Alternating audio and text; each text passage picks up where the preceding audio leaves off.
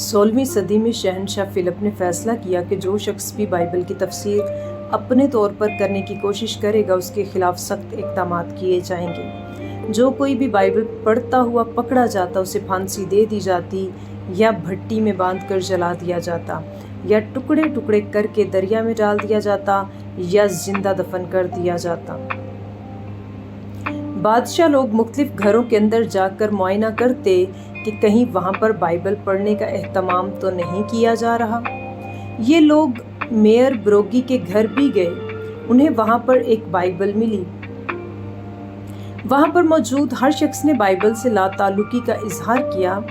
फिर एक नौजवान मुलाजिमा आई और उसने कहा कि मैं इसे बाकायदगी से पढ़ रही हूँ। मेयर ने उसे बचाने के लिए कहा, इसे तो पढ़ना लिखना नहीं आता।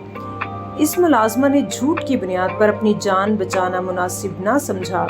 उसने कहा, ये सच है, ये मेरी बाइबल है, मैं इससे पढ़ती हूँ और ये मेरे लिए हर चीज से ज्यादा कीमती है। उसे सजा के तौर पर शहर के दरमियान एक दीवार में गाड़ दिया गया और उसके मुंह को सांस लेने से रोक दिया गया ताकि वो दम घुटने से मर जाए। सजा पर अमल दरामद होने से पहले एक शख्स ने उससे कहा, अभी भी तौबा कर लो और अपनी जान बचा लो। लेकिन उसने कहा, मैं जल्द मसीह के पास पहुंचना चाहती हूँ, और खुदा से दुआ की कि ऐ खुदावंद मेरे कत्ल करने वालों को मुआफ कर। कुछ लोगों के लिए बाइबल मुकद्दस महज एक किताब है जो कि सबसे ज्यादा बिकती है।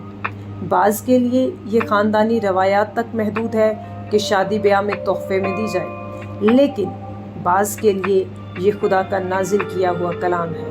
ये ईमानदार उसके हर लफ्ज़ से ऐसे मोहब्बत करते हैं जैसे ये किसी महबूब का ख़त हो। वो इसे बार बार पढ़ते हैं।